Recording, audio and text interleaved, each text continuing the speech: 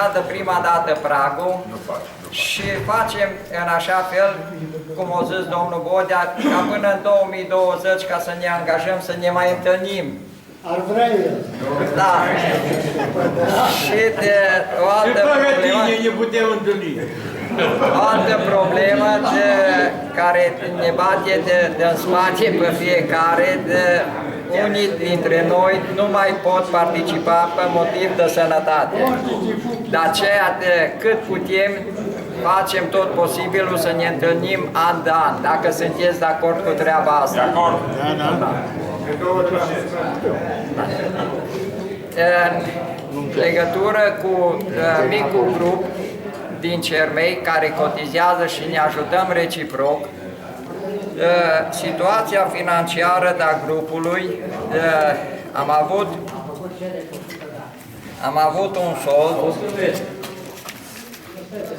aici, am avut, hai să găsim pagina 2012, am avut sold de 1895 de lei, am încasat 540 și am cheltuit 350 cu ocazia de înmormântării la Nan Nicolae și la Fărcuța Ioan.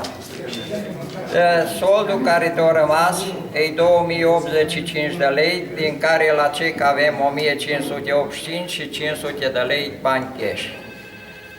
În continuare, ăia care te-au cotizat, cred că rămân în asentimentul dumneavoastră, cotizația să rămâie tot 30 de lei, care vrea ca să mai continue cu noi, iar ăia care nu vrea ca să continue cu noi sunt bine primiți în mijlocul nostru, nu se pune problema, doar să pune o altă problemă, că dacă nu cotizează 2 ani la rând, suntem în situația aia ca să nu putem ca să ne ajutăm reciproc la Intrăm în insolvență, nu?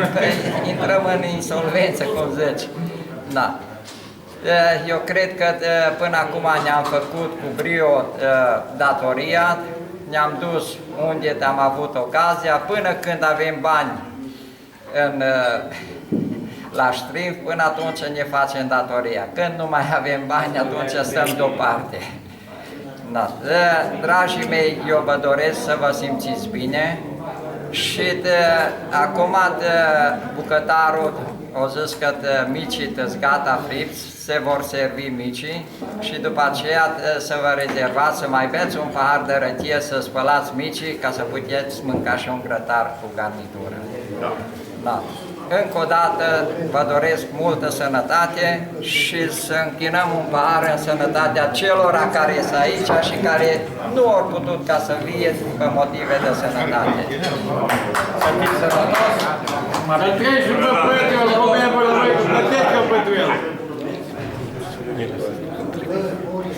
Spune-le să trec la el.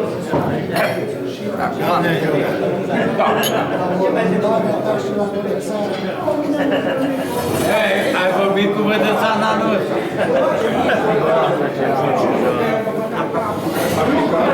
Auzi, Vilu Marcel, ăsta, colegul lui.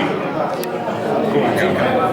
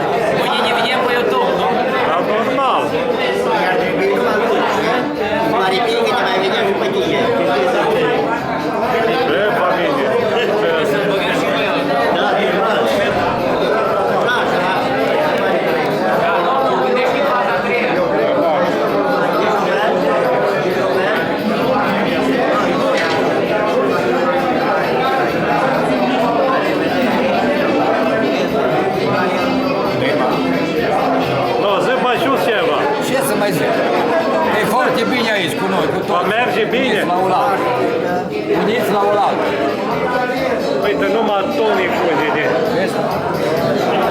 Că nu mai fac alte filmări. De nu o secundă.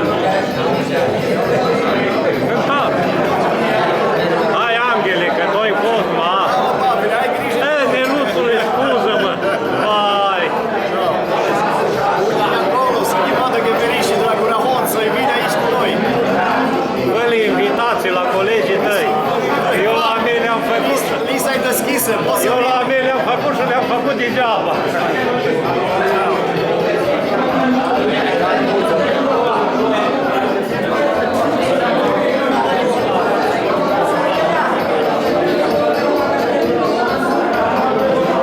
E pe voi să nu vă vadă ăștia. Deci dacă chema și urmașii de Ceferiș, trebuia să facă la cămin. Da, Și da. Ceferiș de unde la Cermei. Ceară? La băi. La cămin trebuia să vină. Da, sigur.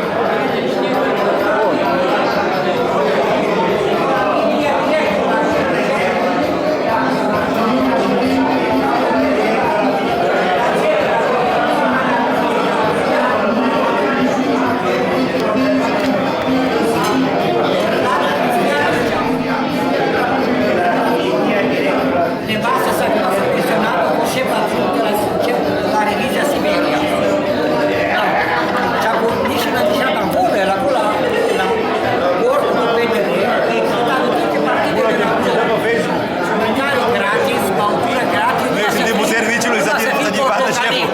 Dacă ești portocaliu, la țevea campus, mâncare cu băutură gratis. Că să-l arătam. Nu-i pe mine.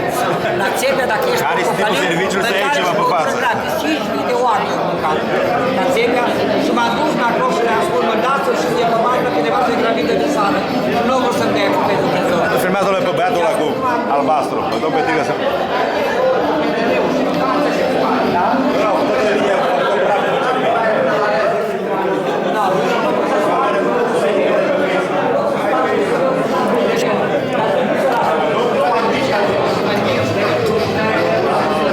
Eu. Poftă bună, domnul Moțica. Mulțumesc, domn Pavel.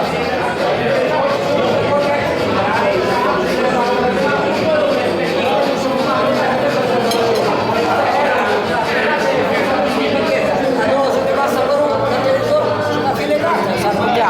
Da, și trimiți la care... Wow, Am stat încă și... unde lua numărul de păticău al lui Năstase până și nu dau că le-a făcut să lăsă. Cu cine îmi fac fața, băi, Angele? Pui prefață? Da, cu el, că de-aia să insist asta. Și pe ceal cu cioc cu ultimul. Nu știu cine.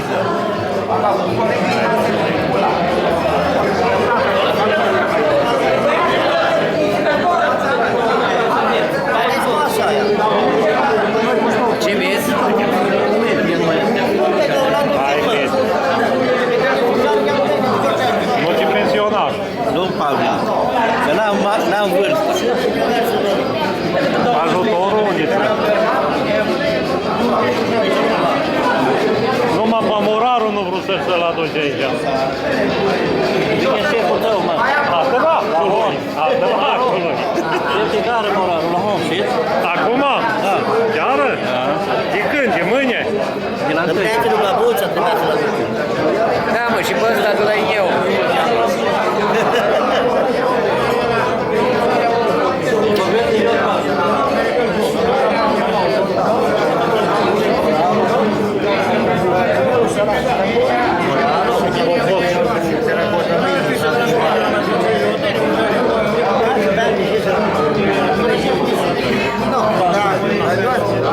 Eu de atunci am vrut să și anul trecut, ne-am putut terapeutul la radio.